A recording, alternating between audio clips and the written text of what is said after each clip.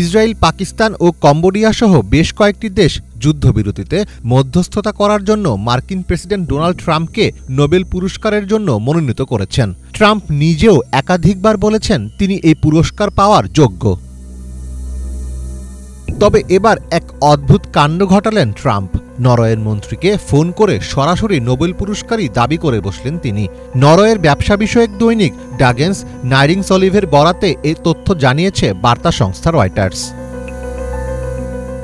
নাম প্রকাশে অনিচ্ছুক সূত্রের বরাতে সংবাদ মাধ্যমটি জানায়, নরওয়ের অর্থমন্ত্রী জেন্স স্টলেনবার্গ যখন অসলোর রাস্তায় হাঁটছিলেন তখন হঠাৎ করে ডোনাল্ড ট্রাম্প তাকে ফোন করেন। তিনি নোবেল পুরস্কার দাবি করেন এবং শুল্ক নিয়েও আলোচনা করতে চান। ট্রাম্পের ফোন আলাপের সময় সেখানে ছিলেন যুক্তরাষ্ট্রের অর্থমন্ত্রী স্কট বেসেন্ট এবং বাণিজ্য প্রতিনিধি জেমিসন গ্রিয়ার সহ হোয়াইট হাউসের একাধিক কর্মকর্তা। তবে হোয়াইট হাউস, নরওয়ের অর্থ মন্ত্রণালয় ও নরওয়েজিয়ান নোবেল কমিটি ট্রাম্পের অনুরোধে তাৎক্ষণিকভাবে সাড়া দেয়নি।